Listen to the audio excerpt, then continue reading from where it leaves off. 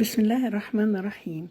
حبايبي متابعي صفحة مطبخ الهوانم، النهاردة هنعمل كبسة بالفراخ بالرز المصري. أنا بفضل الرز المصري وبيبقى طعم مش مكلف وفوائده أكبر. عايزة تحطي رز بسمتي أوكي.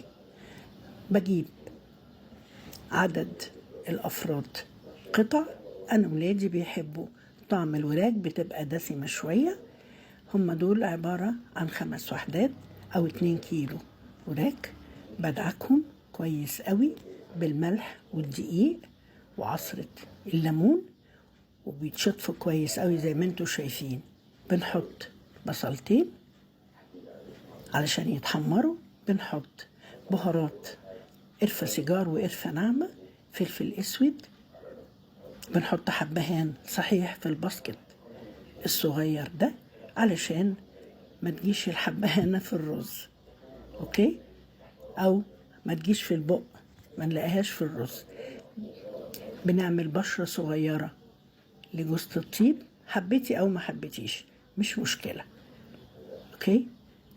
بنسلق الوراك في بصلاية وملح ومية بتغلي وفلفل اسود، وبنرمي معاها السلة الصغيرة بتتسلق، وبنصفيها وبنحط معلقة سمن بلدي.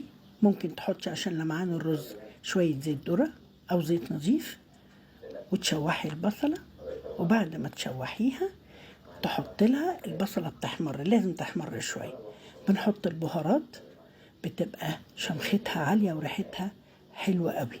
بنحط كركم، حبيتي تحطي كركم أو ما حبيتيش، لكن هي في الأساس حبهان وفلفل اسود وقرفة. بتقلبيها، بنشوحها كويس، لازم تتقلب كويس.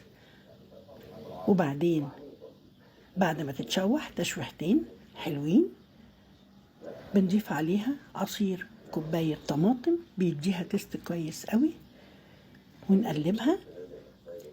وبعدين هنجيب الشوربة نضيفها عليهم.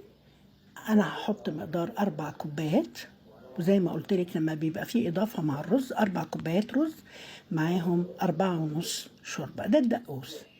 الدقوس ده عبارة عن طماطميتين وبصلاية صغيرة، فصين توم، قرن فلفل أخضر حامي أو بارد، ونفرمهم وعليهم عصير ليمون. وده الشكل النهائي يا حبيبتي بعد ما غرفنا الرز بالفراخ. ريحته حلوة قوي، وشايفة الفراخ دايبة ازاي.